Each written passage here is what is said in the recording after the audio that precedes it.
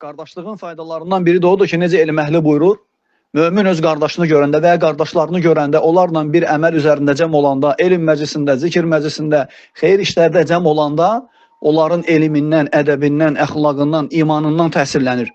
Həqiqətən də belədir. Və buna Muhammed sallallahu aleyhi ve sellem bir neçə hədislərdə şahidlik eləyib.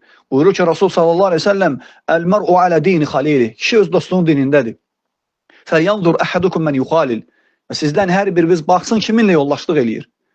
Kiminlə yollaşlıq edirsənsə, kiminlə oturub durursansa, vaxtının çoxsu kiminlə keçirsə, sən ondan təsirlənirsən.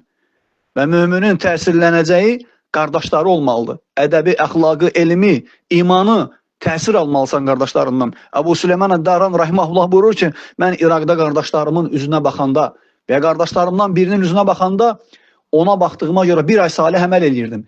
Yəni təsir eləyirdi, imanım artırdı və o məni salih əməllərə aparırdı.